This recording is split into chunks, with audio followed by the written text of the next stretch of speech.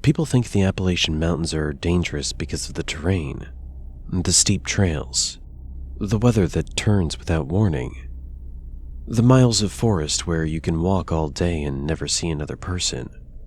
But that's not what makes them unsettling.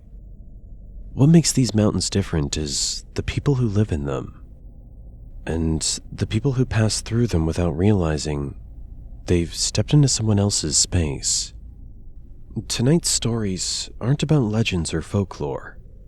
They're about ordinary situations that turn dangerous without warning. A teacher who uncovers something buried in local history.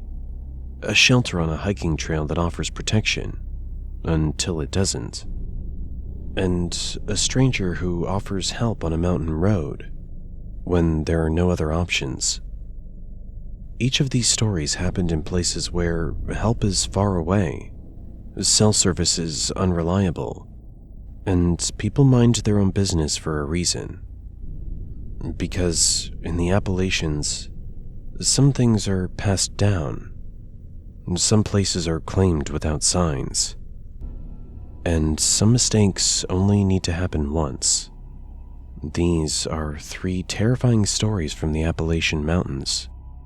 And once you hear them, the silence out there won't sound the same again. My father drove trucks through Appalachia for 30 years. He knew every mountain pass, every back road, every diner worth stopping at between Tennessee and West Virginia. He also knew which roads to avoid after dark. This story's about the time he didn't have a choice. It was October of 1987. Dad was hauling furniture from Knoxville to Charleston, running behind schedule because of an earlier delay at the loading dock. He was pushing through the mountains on Route 52, trying to make up time when his rig started to make a grinding noise that made his stomach drop. By the time he pulled over, steam was pouring from under the hood. He was maybe 20 miles outside of a town called Pinnacle Ridge, West Virginia. No cell phones back then, no GPS, just him, a busted truck, and darkness coming on fast. He sat there maybe 30 minutes trying to figure out his options when headlights appeared behind him. A pickup truck pulled up. A driver rolled down his window. A friendly enough looking guy, maybe 40, wearing a John Deere cap. "You broke down?" the man asked. Dad explained the situation. The man got out and looked under the hood and shook his head. "Coolant line's blown. You're not driving this anywhere tonight." He thought for a moment. "My brother runs a garage about 10 miles from here. He could probably patch you up enough to get you to Charleston. Want a ride?" Dad hesitated. His father had taught him to be cautious about strangers, especially in remote areas. But it was getting cold, getting dark, and he didn't have many options.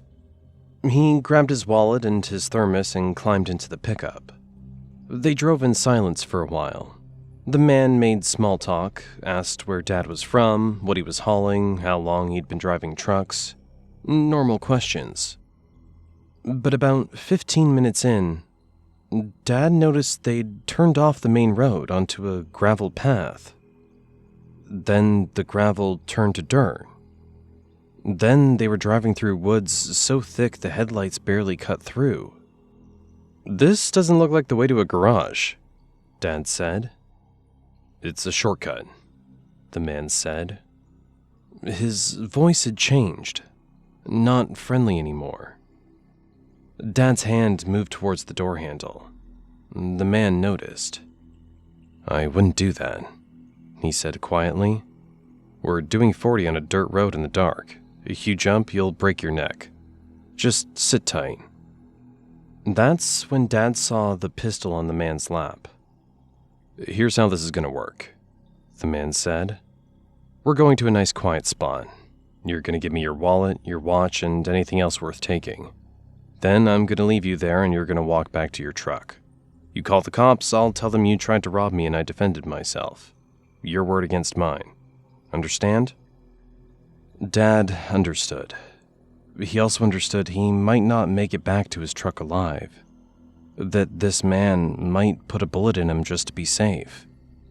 They drove another 5 minutes before pulling up to what looked like an old barn, half collapsed, surrounded by rusted equipment. The man killed the engine. "Get out, slow." Dad climbed out, hands visible. The man came around the truck, gun pointed at Dad's chest. "Wallet, now." That's when the barn door opened. The 3 men came out. They didn't look friendly. They looked like the kind of people who don't appreciate visitors. The biggest one, 6'4", easily 250, with a beard down to his chest, walked straight up to the man with the gun. "Dale," he said, "what the hell are you doing here?" Dale lowered his gun, tried to smile. "Oh, hey, Virgil. Didn't know anyone was working tonight. I was just..." "You were just what? Bringing someone to our property? To our barn?" "I didn't think..." "No, you didn't think." Virgil looked at Dad. "Who's this?" Nobody, just some trucker. I was gonna..." "You were gonna rob him here? Are you that stupid, or just trying to get us all arrested?" That's when Dad realized what he was looking at. The barn wasn't abandoned. There were trucks parked behind it and covered with tarps. There were lights on inside, and there was a smell in the air. Chemical, sharp, wrong. These men weren't running a garage. They were running something a lot more profitable, and a lot more illegal. Virgil turned back to Dale. "You brought a stranger back to our operation because you wanted to steal his wallet?" "I didn't mean..."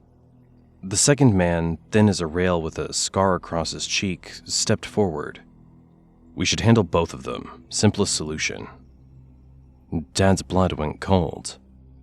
He saw his life ending right there in the West Virginia woods, body buried where no one would ever find it. But Virgil shook his head. "No, this ain't his fault. He's just a trucker with bad luck." He looked at Dad. "You never saw this place, understand? Don't know where you are, don't know how you got here, don't remember anything." Dad nodded. "Walk back the way we came.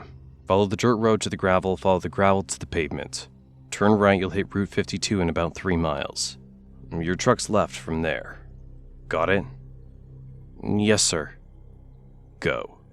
Don't look back, don't stop, don't come back." Dad went. He heard voices behind him, raised, angry, and then a sound that might have been a gunshot. But he didn't look back. He walked those 3 miles in the dark, every step expecting a bullet between his shoulder blades. He made it to his truck just before midnight, used his CB to call for a tow, told the driver he'd broken down and walked to find a phone. Didn't mention Dale or Virgil or the barn. The truck got fixed the next day.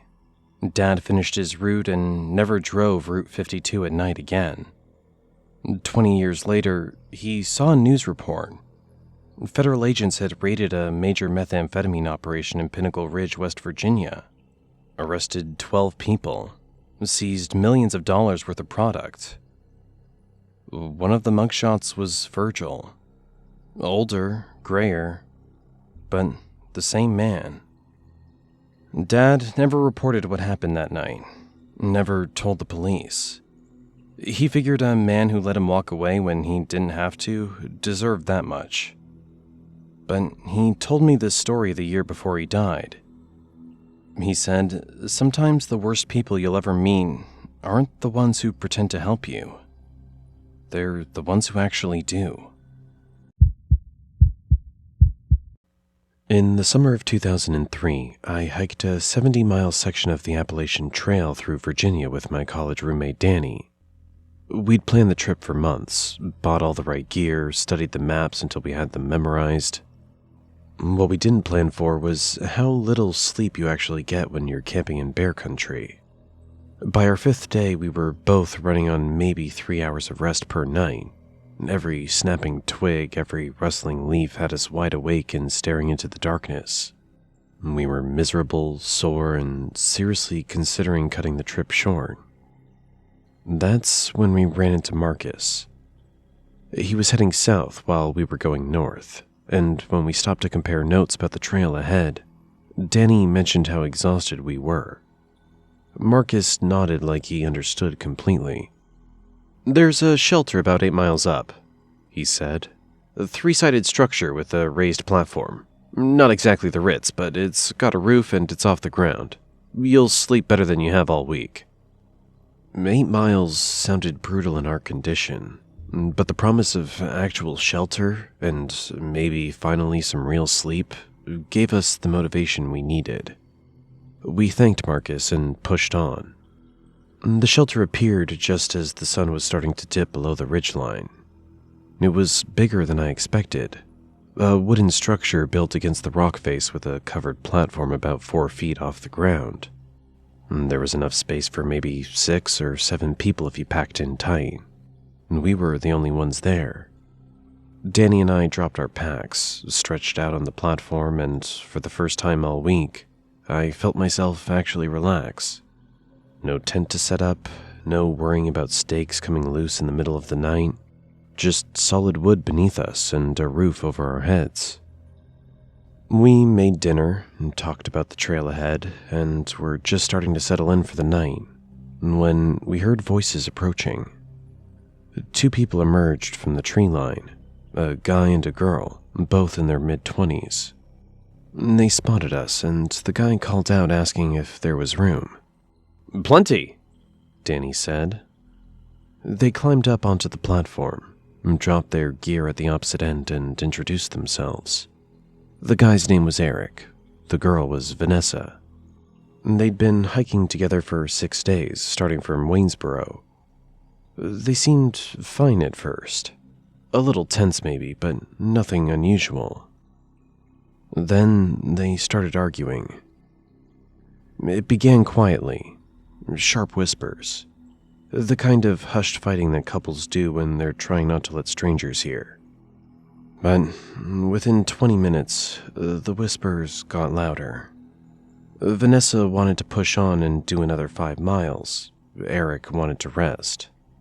She accused him of being out of shape. He said she was being unreasonable. Danny shot me a look that said, "This is awkward." It was.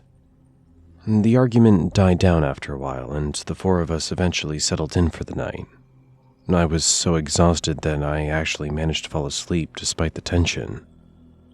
But around 2 in the morning, I woke up to the sound of Vanessa's voice, louder now and angrier.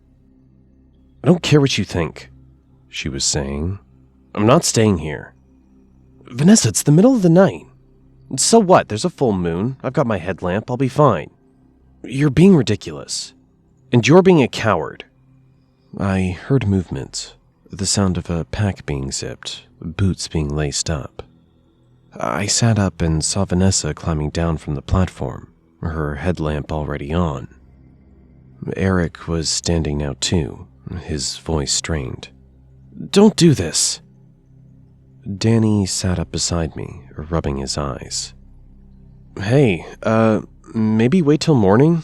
It's really not safe out there alone." Vanessa turned and looked at us, her face half lit by the headlamp's glow. "I'll be fine," she said coldly. Then she turned and walked into the darkness. Eric stood there for a moment, fists clenched, then sat back down heavily. "She does this," he muttered. "She'll cool off and come back." But she didn't come back. Maybe 20 minutes later, we heard the scream. It was distant but unmistakable. A high, sharp shriek that cut through the night like a blade. All 3 of us were on our feet instantly. "Vanessa!" Eric yelled, already grabbing his flashlight and scrambling off the platform. Danny and I didn't even think. We just grabbed our lights and ran after him.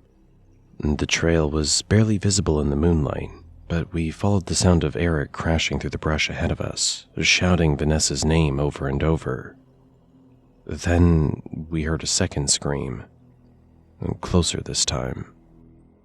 We found her maybe a quarter mile from the shelter, lying on the trail and clutching her knee. Her headlamp was on the ground a few feet away, still glowing. Eric dropped beside her. "What happened? Are you okay?" She was sobbing, gasping for air.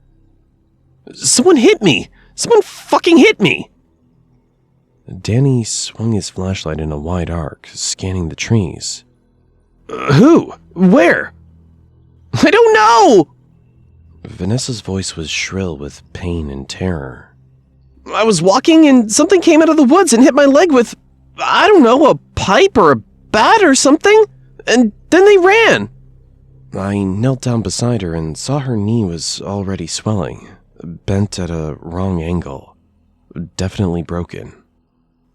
"We need to get her back to the shelter," Eric said, his voice shaking. Between the three of us, we managed to lift her.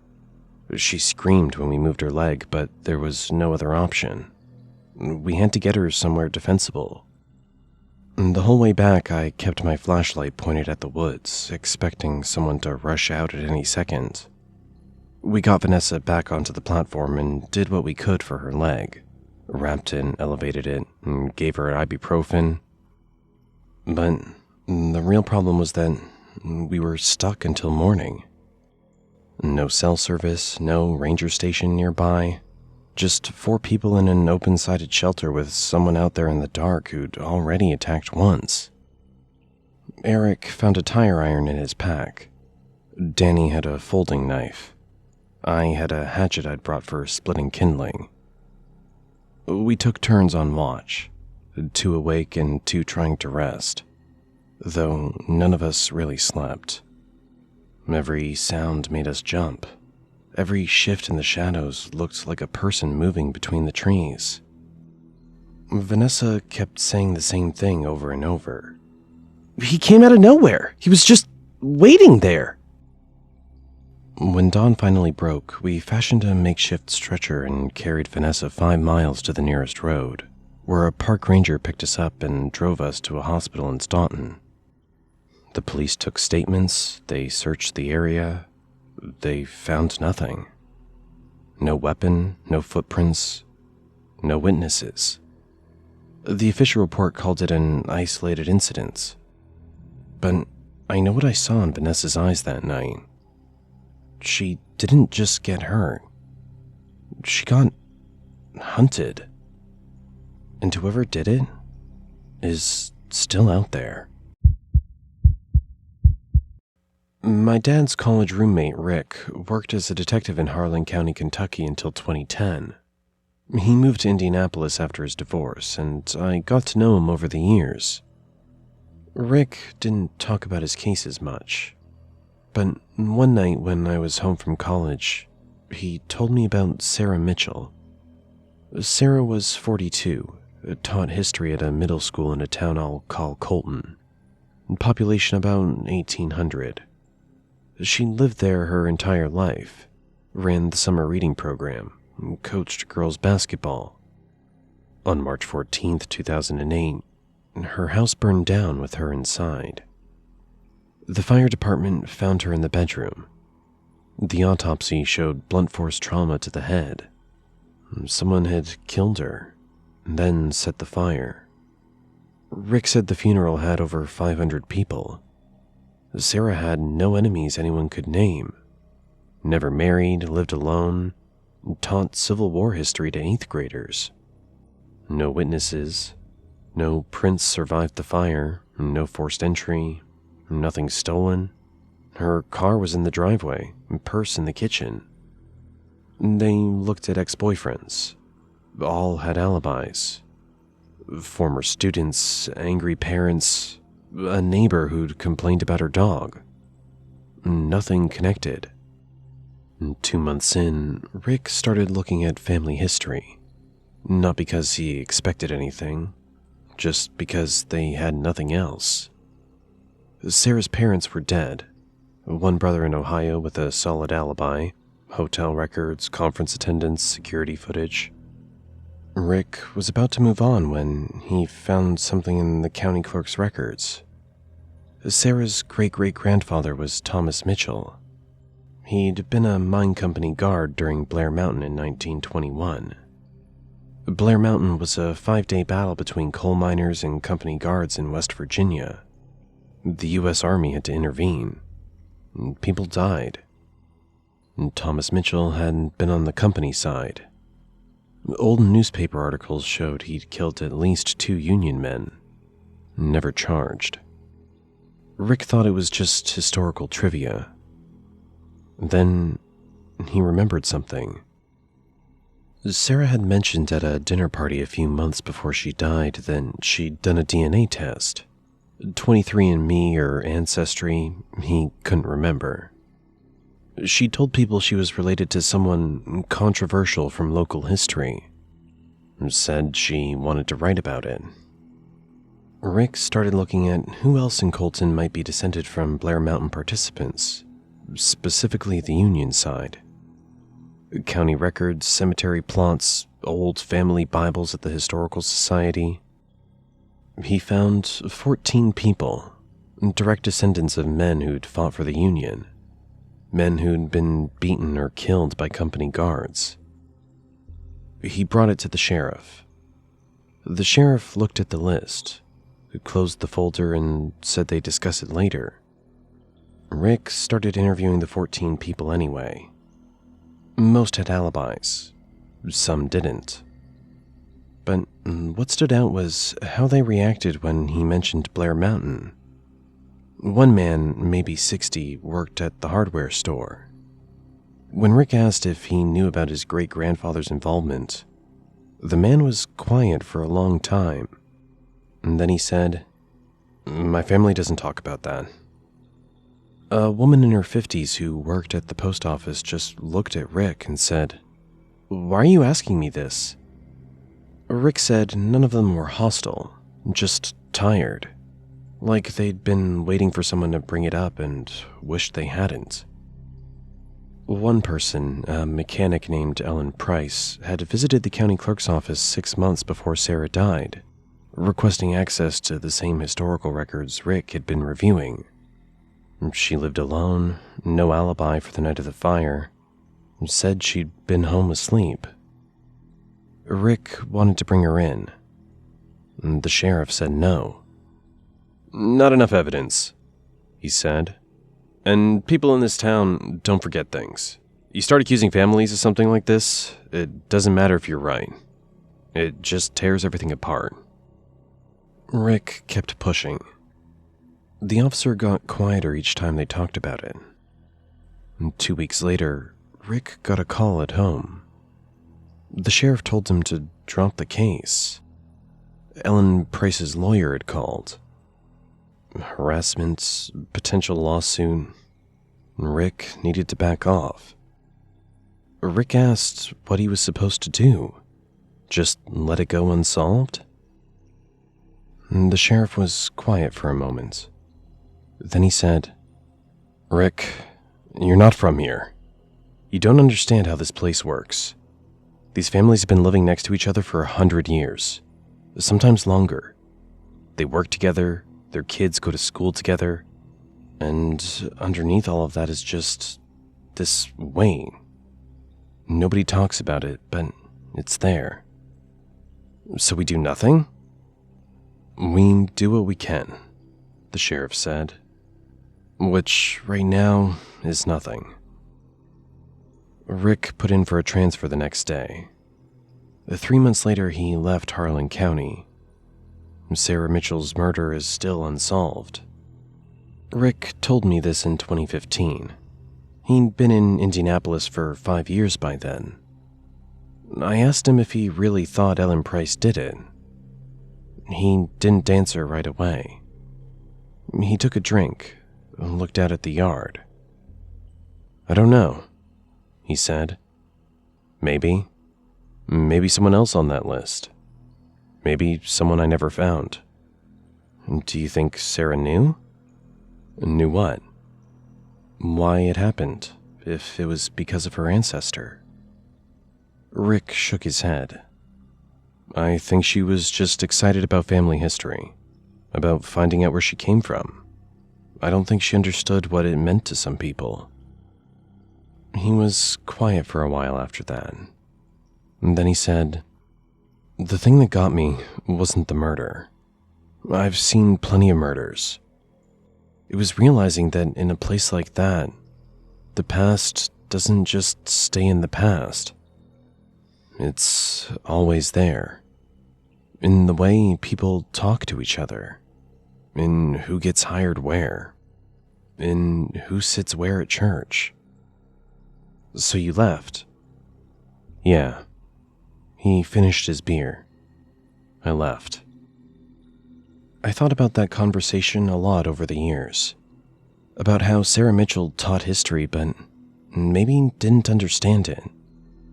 About how Ellen Price, if it was her, might have grown up hearing stories about her great-grandfather dying in a mine war. About company guards who never faced consequences. About families who got to keep their money in their names while hers struggled. About how none of that justified murder, but how it might have felt like it did.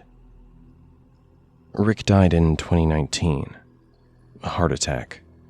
I went to his funeral. I thought about calling the Harlan County Sheriff's Office to see if anyone ever solved Sarah's case, but I didn't. I figured if they had, Rick would have heard about it. And if they hadn't, I didn't really want to know why.